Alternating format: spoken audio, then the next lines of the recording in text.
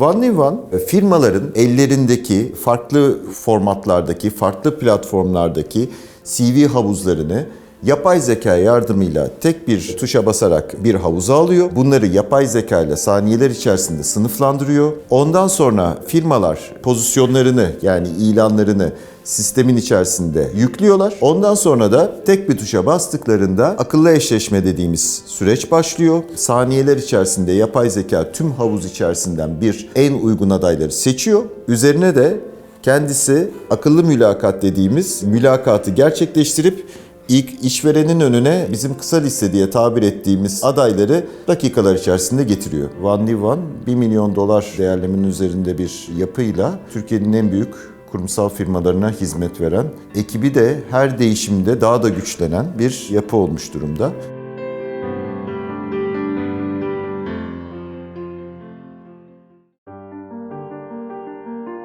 Tunç Erman, One New One'ın kurucusuyum. İstanbul'da doğdum. 43 yaşındayım. Çocukluğum Caddebostan'da kozmopolit bir çevrede geçti. Birçok farklı kültürden insanla arkadaşlığım vardı. O zamanlar hem azınlıkların hem Türklerin birçok kişinin böyle olduğu böyle bir gerçekten kozmopolit bir yapıydı. Benim çocukluğumda hani şimdi o kafeler falan yoktu tabii. Hani daha böyle biz bayağı sokakta da oynayabiliyorduk yani. Hani top oynayabiliyorduk, şey yapabiliyorduk. Daha güzel zamanlardı. Okulda popüler bir arkadaş çevrem vardı. Ben yüzme takımındaydım, basket takımındaydım aynı zamanda. Tiyatro oynuyordum. Hatta birçok oyunda başrol oynamışımdır. Ortalamanın da üstünde bir öğrenciydim dedim. Yani hani çok böyle çalışkan demeyeyim ama ortalamanın üstünde bir öğrenciydim. Hani ben o kolejde de, üniversitede de özel okullarda okudum ama orta birden üniversite sona kadar da %100 burslu okudum. Fizik okudum ben aslında. Sonrasında MBA'yi de yaptım. Tabii fizik bambaşka bir noktaydı. Yani fizik hani gerçekten şey yapmak kolay değil. İşte bizim sınıf birincimiz şu anda işte İsviçre'de CERN'de çalışıyor yani. Hani öyle bayağı bilim adamı yetiştirme şeylerindelerdi. Herhalde sektörün dışına çıkan 30 kişi girdik, 5 kişi mezun olduk zaten.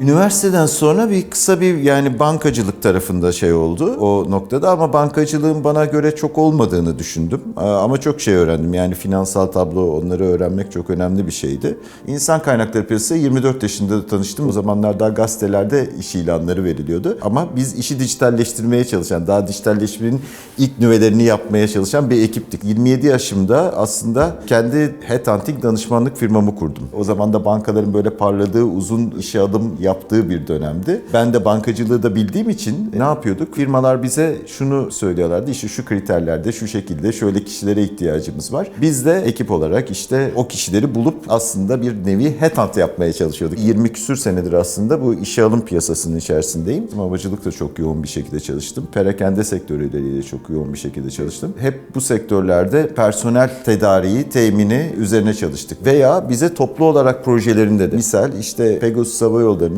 5 seneye aşkın süre bütün işe alımını yönettik. Ama bütün işe alım demek şunu ifade ediyorum. Yani genel müdürlükteki kadrolardan havalimanındaki kadrolara kadar ki bütün işe alımı herhalde 5 senede 2500'ün üzerinde bir işe alım gerçekleştirdik. Sonra perakende sektörü geldi, IT sektörü geldi ve onunla beraber de yoğun, büyük montanlı işe alım projeleri yürütmeye başladık. Türkiye'nin en büyük istihdam projelerini belki de hayata geçirdim ben ekibimle beraber. Senede 1000 kişi, 2000 kişi işe alım projelerinden bahsediyoruz. Zaten One New One fikri de orada ortaya çıktı. Çünkü 100 kişi işe almak için 3500 falan telefon görüşmesi yapmanız lazım adaylarla. Bu ciddi bir iş ve devamlı aynı şeyi yapan bir ekibinizi yaratmanız lazım. O ekip durmadan gelişiyor. Tabii her zaman aynı şeyi yapmak istemiyorlar.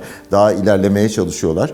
Projeler gelişiyor, projeler büyüyor. Bu sefer ne yapıyorsunuz? Yeni kişileri, yeni işe alımcıları yetiştirmeye çalışıyorsunuz ve bu bir süre sonra her zaman kendini tekrarlayan ve böyle bir büyümesi de gereken bir sürece geldi. 2019 yılında One New One fikri bu şekilde ortaya çıktı. 3 kişilik bir ekiple başladık. Başlarda çok fazla bir sermayemiz yoktu ama bugüne gelene kadar herhalde cebimizden 2 milyon TL'nin üzerinde bir rakam harcadık. Tabii o günün dolar kuruna vurduğunuzda bu ciddi bir rakam oluşuyor. Bugün geldiğimiz noktada ise One New One $1 milyon değerlemenin üzerinde bir yapıyla Türkiye'nin en büyük kurumsal firmalarına hizmet veren, gören, ekibi de her değişimde daha da güçlenen bir yapı olmuş durumda. Bugün 16 kişilik bir yapıyla ekibimizle yurt dışında süreçlerimize devam ediyoruz. One şimdi klasik işe alım sisteminde baktığınız zaman ne oluyor? İşte işverenler ilan veriyorlar veya bu aday siteleri var. O sitelerden araştırma gerçekleştiriyorlar. Ondan sonra buraya birileri başvuruyor. Bu başvuranları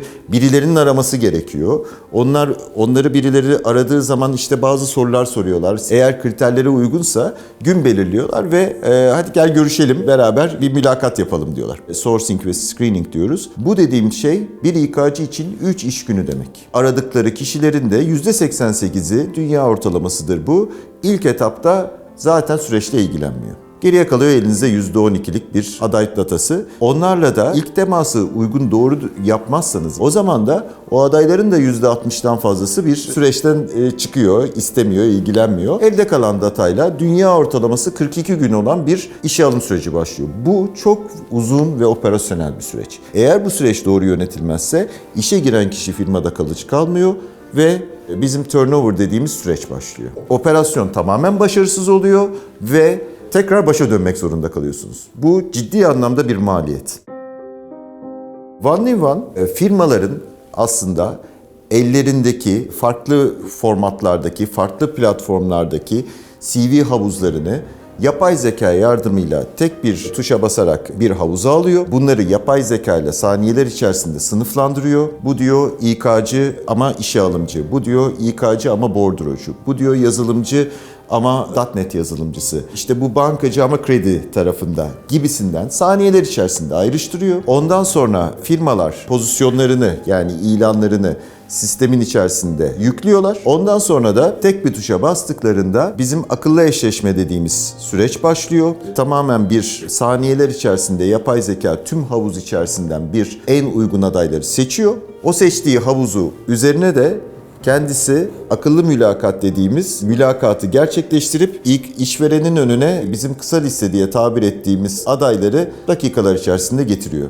One'da 3 ana modül var. 3 ana modül, bir tanesi yapay zeka ile akıllı aday havuzu oluşturma, yapay zeka ile bu aday havuzunu sınıflandırma ve akıllı eşleme ve mülakat süreci. Aynı zamanda görüşme otomasyonu diye bir, akıllı otomasyon diye bir modülümüz var ve akıllı ücret diye de bir modülümüz var. Burada adaylara ücret teklif ederken, aslında iş teklifini gerçekleştirirken en önemli sorunlardan biridir. Ne kadar teklif edeceğim, nasıl teklif edeceğim? Burada One teklif yapılan pozisyonla ilgili adayın yetkinliklerine veya yaşanmışlıklarına göre şu kadar rakama, şu rakama alabilirsiniz veya şu teklif edeceğiniz rakamda alma başarı oranınız diye de işverenlerin önüne bir oran getiriyor. Örnek olarak şöyle ifade edeyim ben size. Diyelim ki bir mağazacılıkta bir bölge müdürü alıyorsunuz. 80 bin lira gibi bir, diyelim ki dışarıda bir rakamı var o noktada.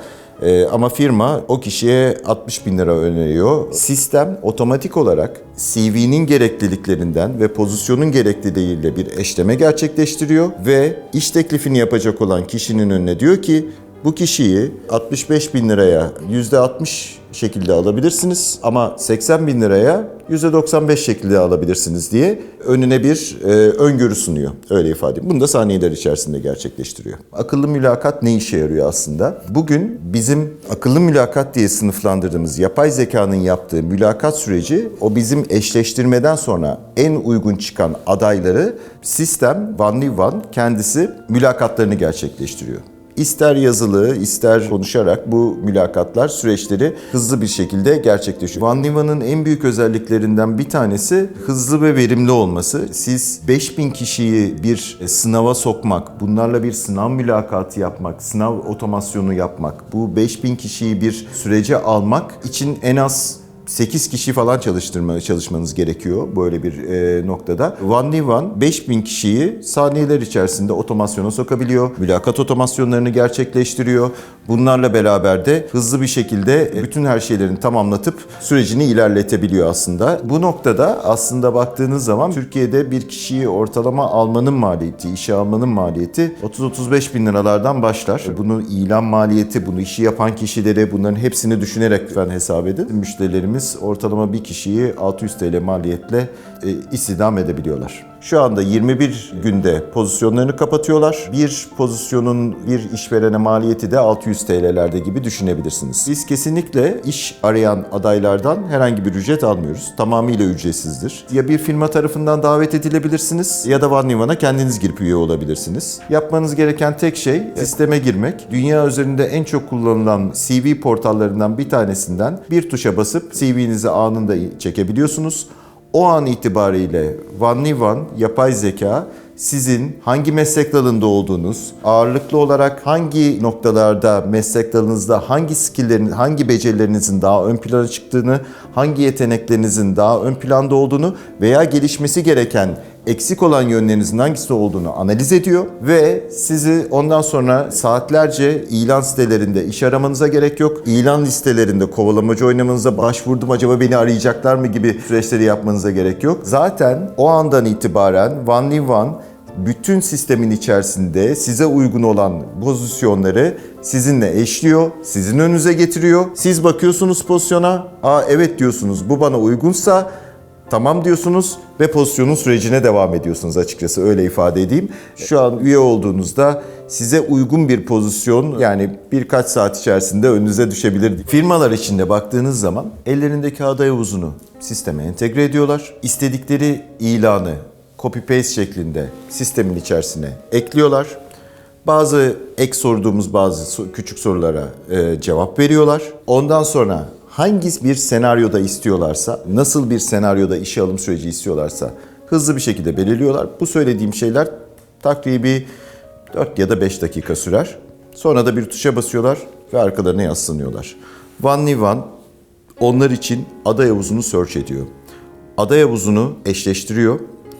Onlarla akıllı mülakat gerçekleştiriyor ve ilgilenen gerçekten kriter içi adayı İK profesyonellerin önüne getiriyor.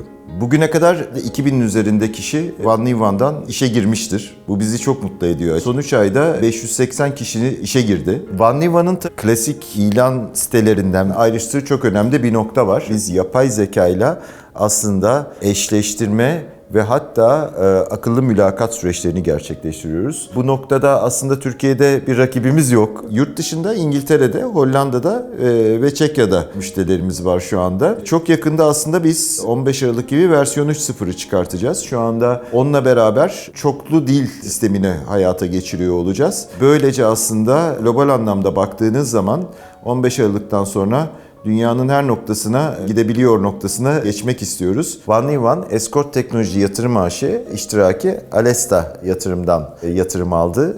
Biz onlarla İTÜ çekirdek sayesinde tanışma fırsatı bulduk. Ben İbrahim Özer'i uzun zamandır takip ediyordum. Yaptığı yatırımları ve teknolojiye sunduğu hizmetleri gerçekten takip ediyordum. Sonrasında tabii ki bize çok, yani bu yatırım süreci bizim için sadece bir para yatırımı ifade etmiyor. Bize gerçekten hedefleri belirlemede, odaklanmamızda ve süreçlerde yaşayabileceğimiz sıkıntılarda çok yol gösterici fikirleri ve geri bildirimleri oluyor. Bu bizim için tabii oldukça faydalı bir süreç oluyor. Çünkü onların deneyimleri hem yurt içinde hem yurt dışında, onların bilgi birikiminde faydalanma fırsatı sağlıyoruz. Escort Teknoloji Yatırım Yönetim Kurulu Başkanı İbrahim Özer'le açıkçası tıkandığımız birçok noktada önümüze açılmasını sağlıyor fikirleriyle ve yol göstermeleriyle. Onların sayesinde 2023 yılında 1 milyon dolar değerleme üzerinden bir yatırım aldık. Şimdiki hatta yeni hedefimiz de bir seneye gelmeden 5 milyon dolar değerlemenin üzerinde yatırım sürecine birlikte yürümek. Bir startup'ın aslında en önemli sorunlarından bir tanesi bazı kaynaklara ulaşma güçlüğü. Açıkçası Escort Teknoloji Yatırım AŞ'nin bu bize yatırımı olmasaydı bu kadar hızlı bir büyüme sürecini gerçekleştirmemiz kolay olmayacaktı. Daha uzun yol yürümek zorunda kalacaktık. Bize çok büyük güç ve bir motor ivme gücü kattı aslında. Biz de o güçle yelkenleri pupa açtık ve ilerliyoruz açıkçası. 2025 yılına geldiğimizde en az 5 ülkede pazarda ciddi anlamda yer edinmiş olmak, işe adaylar nezdinde, o ülkedeki adaylar nezdinde Ben işimi one-in-one'la hatta o veya Ono'yla, Ono bizim yapay zekaya verdiğimiz isim bu arada. Ben kariyerimi onolayabilirim dedikleri bir duruma gelmek istiyoruz. Girişimci olmak öncelikle risk almaktan geçiyor. Kendi konforunuzdan uzaklaşmanız gerekiyor. Kendi konforunuzda veya kurulu düzeninizden çıkamadığınız bir noktada girişimci olmayı hayal bile etmeyin. Çünkü o işe odaklanmadığınız sürece, yan iş olarak yaptığınız sürece o startup'ın başarılı olma şansı sıfır. Bu yüzden de sizin gerçekten riskleri alıp hatta kazandığınız paraları bile o an çok güzel bir para kazanıyor olabilirsiniz ama o paraları bile bırakıp tamamen yeni startup'ınıza, o hayalinize odaklanmanız gerekiyor. Bu sabır aslında ve çok çalışmaktan geçiyor.